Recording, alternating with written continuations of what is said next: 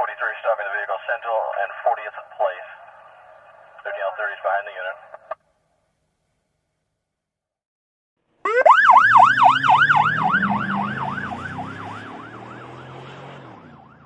Sit back and relax. Your group therapy session has started. Welcome to Alone and Unsupervised. Hey guys, welcome to Alone Unsupervised. I'm Isaiah. I'm Frank. Today's session, we figured we would talk about regrets or maybe missed opportunities from our time in the military. I know. No, it's, after the last session, we kind of got to talking about it a little bit. Got to mentally exploring those paths not taken, and Yeah. we figured it would be a good discussion to have here. Yeah. One of the things for me, whenever I was in boot camp, like they took us to the auditorium and they sat us all down and they were showing us all these different job paths that you could take in the Navy. Me, I was a corpsman, so whenever they showed the video of the special amphibious reconnaissance corpsman, it's now called something else. I have no idea what it's called, but basically you were an SF corpsman that would go out with SF Marines, the recon missions, right? And there was a pipeline you could do for that, or you could do the normal corpsman pipeline, and when you got your unit, you could try to explore other avenues or other things. While I was in the pipeline to go be a corpsman, I mentioned to one of the instructors, and we got a packet together. We did this, we did that. Finally, as in every SF course, there is like a pre-course. You have to meet these requirements for us to make sure that you meet the base requirements to go to the next step, which would be the actual course itself, right? Which is basic recon course, right? Or BRC for short. Which you would go through the recon course with Marines, like you would do the same course they do, because in all aspects of reality, you're another gun in the fight until you take that first casualty, and now you put your corpsman hat on. Mm-hmm. But before that, you're a warfighter just as they are, just like a normal infantry corpsman, just with a better set of skills, I guess. And I prepared, I did everything I needed to, and thought I was good to go. One little thing though. I did my swim preparing in a pool. Mm-hmm. The swim course, or the swim you had to do, was a 500-meter open ocean swim. 250 down, 250 back. Might be different now. If it is, oh well. But that's what it was then. And again, I prepared in the pool. The ocean is not the pool. The pool is not an ocean. It's a very keen observation. Yeah, so I failed that swim. So that was short-lived. That's my story. But that's a missed opportunity, yeah. And it sucks. I mean, I'm happy with how my career turned out, but I also often wonder what if. Mm-hmm. You know what I mean? I mean, I have a few of them. On the one hand, just kind of goes along with the same pathway there. For the longest time, I wanted to go into special forces, like a 18 X-ray or something. Delta. Oh. 18 Delta, which I mean, the special operations medical sergeant. Yeah. And I mean, to be honest, I mean, you made it further because you at least did the packet. Yeah. Like I kept putting it off and putting it off and putting it off, mm-hmm. and it was always something I was going to do later. Yeah. But later never came. Yeah. But I mean, looking back, I mean, eventually, kind of later turns into, wow, I'm too old for that now. And that's just kind of how it happened. Mm-hmm. Another thing that I kind of look back and, I mean, missed opportunity or not, there's part of me that just thought about, what if I just did my entire career active duty? Mm-hmm. I mean, with that, I would have been retired 4 or 5 years ago. Mm-hmm.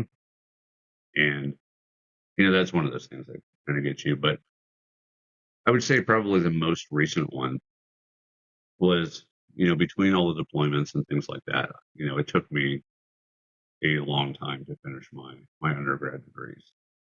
And as a result, I think I'd worked on them on and off through deployments for probably close to 2 years. Sprinkling sand on the paper. Hey, sorry, it's late. Well, You're welcome for your freedom. Yeah, and it honestly seemed like during deployments is when I got most motivated to do it. And then I would get home and I'd get into a routine. Yeah, because at home there's outside things factoring in. But eventually, like I said, I think my last deployment is when I finished the bulk of my work and I just buckled down and said, you know what, I'm finally going to do it. Yeah.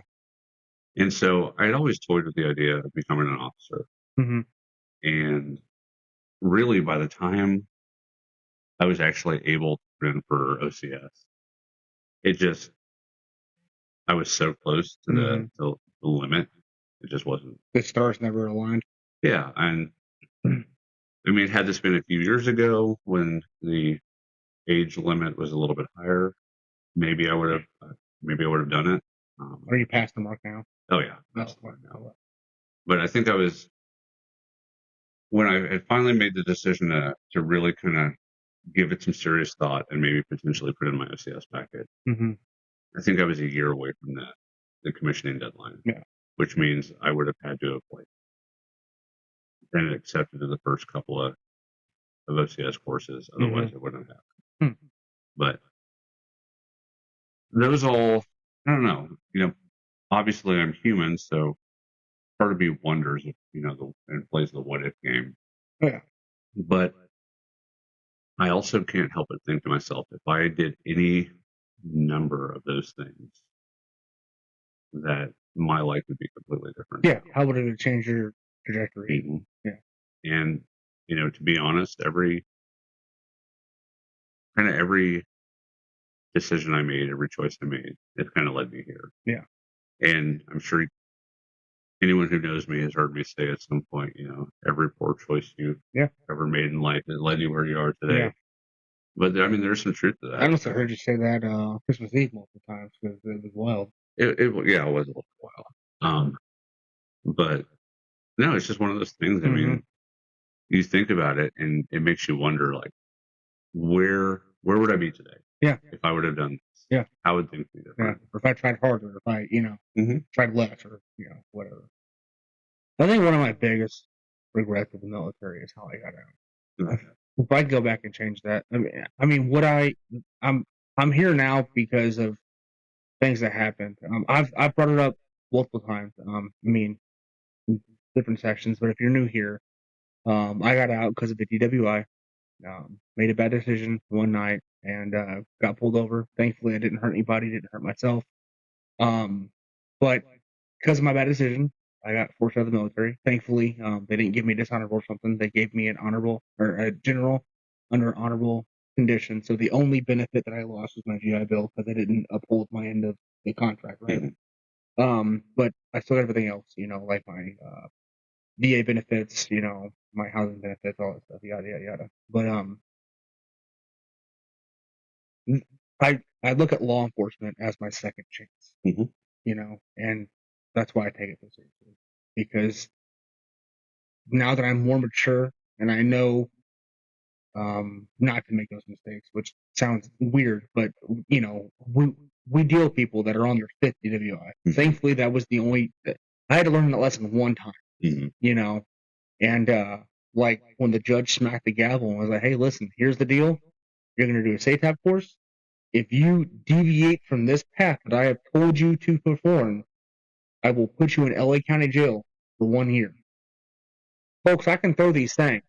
I don't think I can throw them that good to survive a year in LA County. Yeah. Right. That's a pretty severe thing, and, but yeah, that's my biggest regret is how I got out of the military. Yeah. And, that's completely understandable. Yeah. To kind of have those, but again, I mean, what if that didn't happen? Yeah. I mean, we wouldn't be here at this moment right now, probably. Yeah, exactly. Yeah, I wouldn't be because I had no plans of coming back to the state. Yeah, I mean, and who knows? Like that, you could be anywhere in the world right now. I wouldn't have met my beautiful wife. I wouldn't have a kid on the way, probably. But Who knows? It all worked out pretty good for me. But I also subscribe to the fact that life is life is like a game of 5-card draw. You're dealt a couple of cards.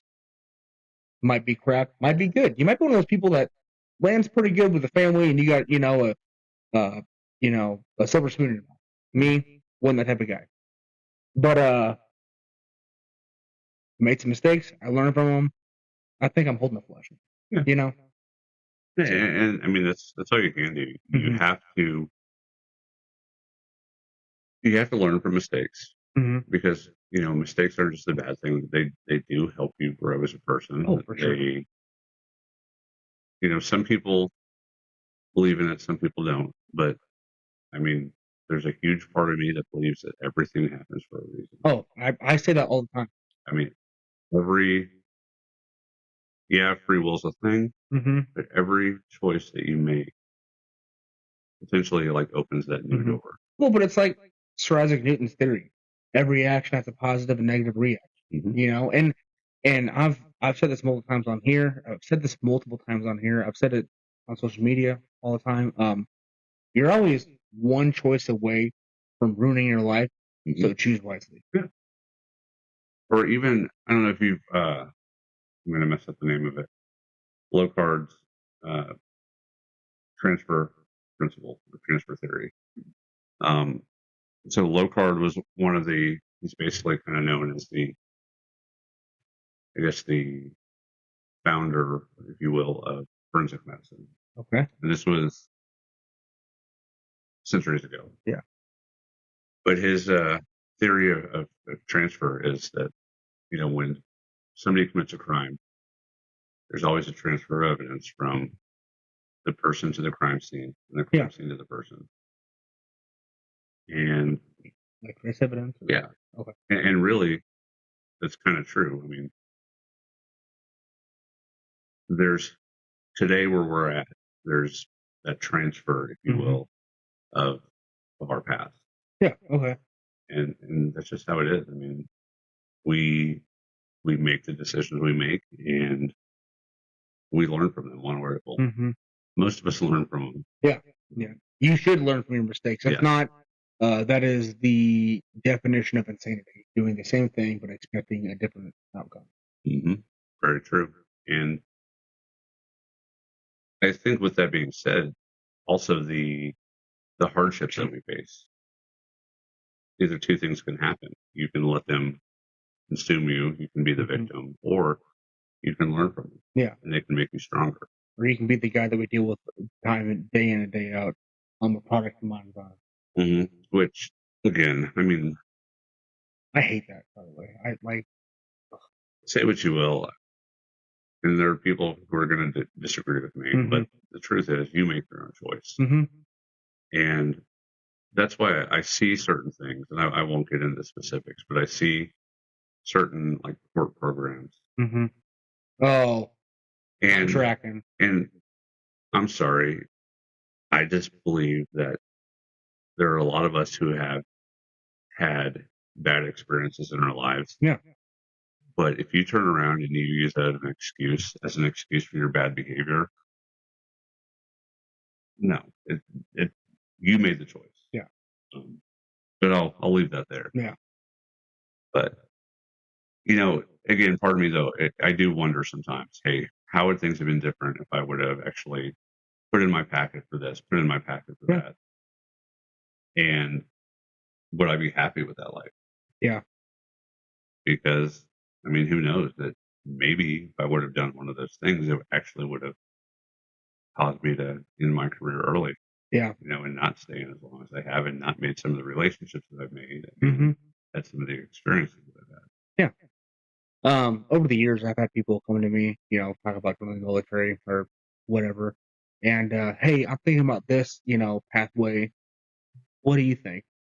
Okay, well, let's look at some things, and do a visual Venn diagram or something, if you will, pros and cons. And, basically, hey, here's my military story. Let me help you learn from my mistakes. Here's the things I wish I would have done. Here's the things I wish I wouldn't have done. And that's kind of what we're doing here. Maybe an insight to us or maybe let us vent and get some stuff off our chest. It's been hanging around for a while, There's a very, I don't know how famous he is. I know that I listen to him. His name's Sturgill Simpson. You know who he is? He's a famous musician. Okay. He's like a country / rock / stuff. Anyway, I forget the name of the album, but he has a song called Sea Stories. And I had just gotten out of the Navy, and I was on a trip with a buddy of mine who recently got out of the Marine Corps, and he had a big RV, and he was going camping in a campground on the Colorado River in California, and he was like, "Hey, you want to come?" And I was like, "Yeah, sure, man. Why not? I got nothing to do for now till forever, Right. And we went and hung out, and one of those late night drinking sessions where everybody's falling asleep at the party, but I'm still awake, and there's no more alcohol, so now I'm just basically walking around the campsite, And I stumble upon this guy who was he recently retired from the Marine Corps, now retired warrant officer, and talking to him, telling him my story, he goes, "I got a song for you to listen to." And basically, it talks about Sturgill Simpson's story, right? And he got kicked out of the Navy because of drug usage. It was marijuana. And basically talks about how for the first year that you get out, you see you're on a futon life raft trying to survive. And you'll spend the next 15 years of your life wondering why you did that. And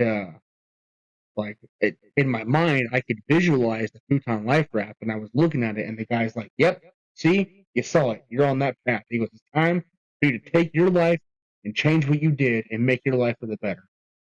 And I can't remember that guy's name, but hey, if you're out there, you helped me in that moment, and you helped me visualize my path. So, thank you, sir. Well, that kind of goes to show, I mean, you never know when you're kind of going to be that beacon of light for somebody to help change their life. Yeah. And, I think part of the reason that for so long I had some of those regrets on the path not taken was because all I saw was like the good things, so to speak. Okay. When it comes to, being special forces, all you see is like the badass stuff. Yeah. But you don't necessarily see the toll it takes on your personal life, family life, all of those things. Your physical health. Yeah. Yeah. And so again, I think when we have platforms like this, maybe we haven't experienced some of those things firsthand, but we know people who have. Yeah. And we've heard their stories. Yeah. And that's kind of what you run into is, I think we almost have an obligation at this point to, we talk about maybe those things, those paths not taken, those choices not made, but we also kind of have that responsibility to basically give that full disclosure of what some of those choices do bring. It's not just the cool stuff. It's not just like the things you see in Hollywood, the things you see on TV. It's also there are cons to every pro. Yeah. Sometimes there are multiple cons to every pro. Yeah. And if you're going to make that decision, if you're going to live that life, we'll do it. But I also believe that you should have that full disclosure of what also comes with that maybe isn't talked about. Yeah. Going back to the whole SARC thing, I was able to do that while I was in Texas going to Corps school, and not meeting that prerequisite to go to that next step. It hurt. You know what I mean? And then I sulked in it, and I was not as physically fit as I should have been. I didn't take things seriously, and there's a lot of regret that I realized that I have now that maybe I didn't realize in the moment, that I was sulking in it because I didn't get what I wanted. If I would have taken that fire and turned it into, hey, you need to have a better output, you need to do this better and better, maybe then I could have retried. But I was just so defeated that I don't know, man. I just didn't take everything. Hindsight's 2020. If I'd have taken things more seriously, maybe I would have had a better military career. Yeah. I mean, there's always that potential. There's always really the alternate. Mm-hmm.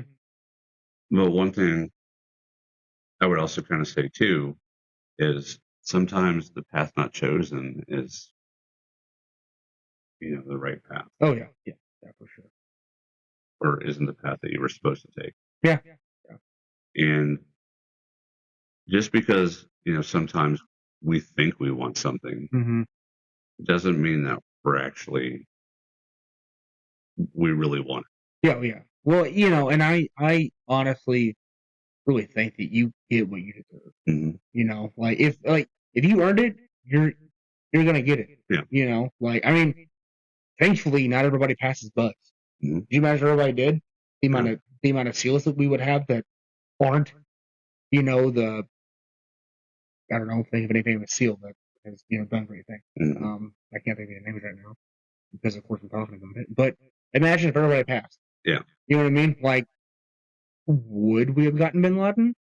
Like, not trying to go down that rabbit hole, but. Well, I mean, the other thing you have to think about too is, if everybody passed, it would be one of those things where maybe we wouldn't be as effective. Mm-hmm. But you also have to look at too, how many people maybe didn't pass, and that's what changed their life. Yeah. And pointed them to a new direction. Mm-hmm. Yeah. Because if we got everything we wanted, I think we'd probably be a worse society, really. Which is saying something. Yeah. I think if we got everything we wanted, and there would be a lot of things that people didn't do. Mm-hmm. Yeah. Sometimes it takes those failures, if you will. Yeah. To redirect people to a new path. Mm-hmm. Yeah, for sure. A lot of insight going on right now. Yeah, we're like 2 human fortune cookies here for you. Yeah. Again, this is free therapy, so yeah, you get what you pay for it, which is right now it's nothing. So yeah, you're welcome. I don't know. In retrospect, I'm glad that I didn't do what I thought I wanted to do. Mm-hmm. Because, could my life be better now? Of course. Mm-hmm. But well, you were Army, so you wouldn't be a well paid off. No. Yeah. Because D-boys don't write books, SEALs write books. Yeah, that's true. We'll leave that one there too. Yeah, and sometimes Rangers write books, and then it gets. We don't have good lawyers yet, so we're not going to mention any names. I'm not saying any names. Yeah. Yeah. No, again, I like this journey that we're on right now. Oh, yeah. Again, not to sound cheesy or soft or anything, but I think we were kind of put together in this journey for a reason. Yeah. And maybe it was this. Yeah, and I think there's somebody out there that maybe picks up something from what we say. Yeah. And then maybe they throw it away. Maybe. But that's good for us, though. Could you imagine? Like, just think about it. Like, at any given time, somebody comes across this, and now our voice is living in their head.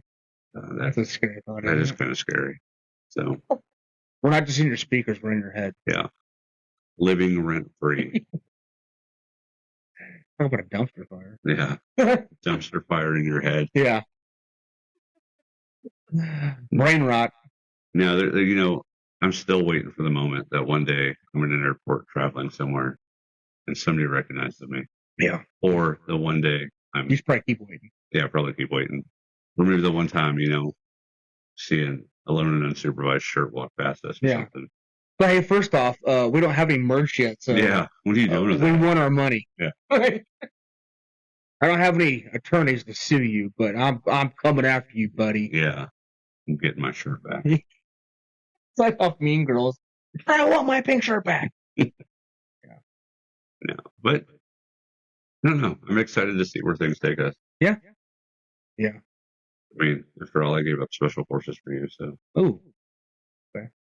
That's how that actually works. That's how I'm going to tell a story if we're successful. Yeah. Your story. Yeah. Say what I want. Yeah. What's your favorite movie? I don't know. Oh, okay. You know what, my brother? So my oldest brother sat me down and made me watch a certain movie before I joined the military. Let me guess. Full Metal Jacket? No, it wasn't. What? An Officer and a Gentleman. Really? And the whole reason is because at the end of the movie, what's the guy do to himself because of the girl? That is true, yeah. And he was like, hey, this is a very important lesson. I need you to take it seriously. Yeah, And I'll be danged. My first wife almost put me in the same situation. I'm actually surprised that you've seen a movie that old. What? I'm just saying. Dude, like I said, my dad was born in 1956.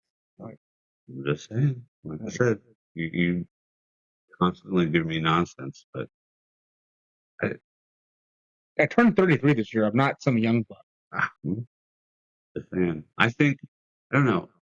I guess it doesn't really count as a movie, but I'm still a huge fan of Saving Private Ryan. Or I mean, not Saving Band of Brothers.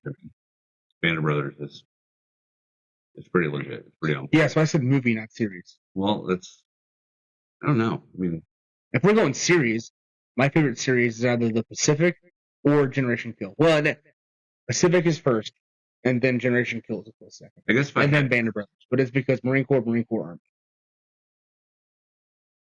I'd say if I had to choose a movie, it would either be. Don't worry, I'll wait. Yeah, you are gonna wait. While we're waiting on Frank to, do. Anyway, in the comments, drop your favorite movie, military movie, or your favorite. Okay. The Path Not Taken. Yeah, drop the Path Not Taken. Yeah, or if you want to share your regrets, throw them out there. We'll read them. Like, follow, subscribe, comment, hit the bell, hop on the tiki-taki. I would say it's down to two. Okay. Either We Were Soldiers. Ooh, good one. Okay. Or it's a little known one that most people don't realize. But it's called Gardens of Stone. I haven't seen one. I'm not surprised. I will watch it. But that movie got overshadowed the year it came out. It was, I don't know, about one of the bigger movies. I don't know if it's one of the Godfathers or what it is, but it got overshadowed. Lord Frank, how old are you? It may have. The movie got overshadowed by The Godfather? Really? Officer and Gentleman is older than that. But Gardens of Stone was actually James Caan, James Earl Jones. James Earl Jones. D.B. Sweeney, I'm telling you. That's a pretty awesome cast, I think. Yeah, and it's one of those movies that. What's it called? Gardens of Stone. Okay, I'll check it out. And again, it's kind of the underlying message in the movie. But if you haven't seen it, go watch it. It's not for everybody, but I liked it. Okay. But yeah. Also, ironically enough, Gardens of Stone, one of the primary roles in that movie was the old guard. Mm-hmm.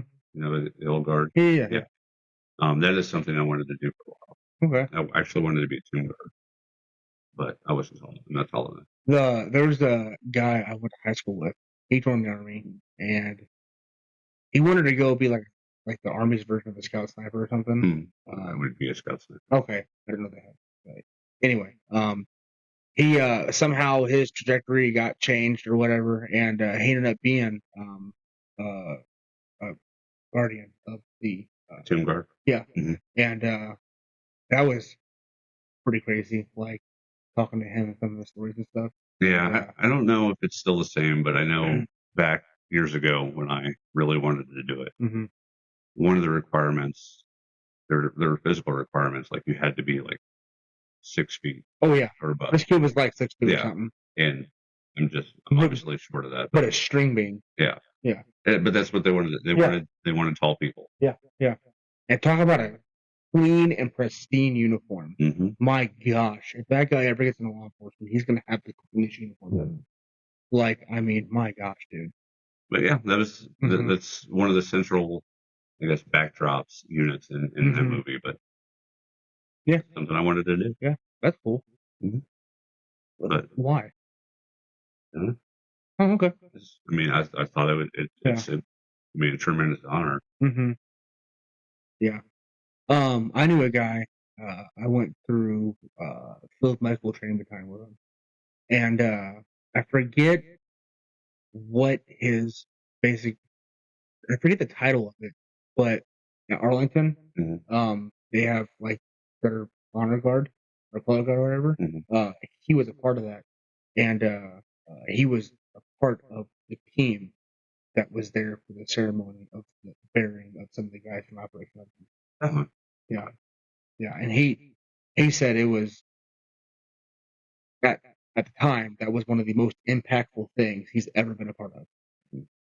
Which I mean, I could see how that would be. Yeah, definitely. But I don't know. That's like I said. That's kind of where we are. That's our military path's not taken. I mean, I'm sure if we really gave it some more thought, we could think about some other things. But do you have any regrets in law enforcement, or maybe things that you hope for or like to go down? You know, I mean, the jury's still out on it. Yeah. I don't know. Yeah. My last agency, I was a supervisor. That was pretty neat. And then I realized, wow, there's a lot of responsibility here that I didn't even think of. You know, and that's pretty interesting. It was nice to have that little check in the box that like I've done that. You know. But it's also good too. I mean, I'm sure when you really wanted that, probably prior to it, all you saw was the good stuff. Oh yeah. You didn't necessarily see some of the things that came with it. You know, and I didn't realize that even though my officer makes a mistake and I'm not aware of it, I didn't realize the impact that would have on me because that's my officer. Mhm. So part of his mess up, I got to answer for some of it. May not all of it, but a fraction of it I have to answer. You know, that's my ship captain is sleeping. Yeah. And the boat hits an iceberg. Yeah. Well, and like that's one of the things I told my guys. I don't care if it's 3:00 in the morning and you get into a fender bender. Your name gets ran. You get any contact with law enforcement. Mhm. I am your first phone call. Yeah. Don't call your wife. Don't call your mom. Call me. Mhm. That way, when Chief calls and he's wanting to know why your name got ran, I have an answer. Don't make me stand there and be like, you know. And that is a whole nother session. Yeah. But again, I think the underlying theme of all this is the idea that we really think we want something at the time. When all's said and done, it may not have been the best thing for us. Well, it's kind of like a dog chasing the car. What's the dog going to do when he catches the car? Exactly. And more often than not, the dog's going to get hit by that car before he catches it. Yeah. So again, leave your path not chosen in the comments. Mhm. Send us an email. Like, follow, subscribe, hit the bell, all that fun stuff. I'm not trying to get on a religious aspect here, but there's a country song that says, some of God's greatest gift on it. Mm-hmm. Please don't sue us for it. Yeah. All right. Am I okay in time? Yeah. Is it you or me? I think it's you. Yeah, it's my turn. Unfortunately. I'm kidding. Unlike you, I'm not scared of this box. I'm not scared of the box. What's in the box? I'm scared of the legality of it. No. I think you read what's in the box. We'll see. All right. Your official Alone and Unsupervised safety brief for today is, when you're drunk, stay off your phone. Your Rex does not want to talk to you. That's actually very beneficial. Write that down. Yeah, don't get drunk and play on your phone, guys. Okay. Yes. Anyway, love you, bye. Love you, bye.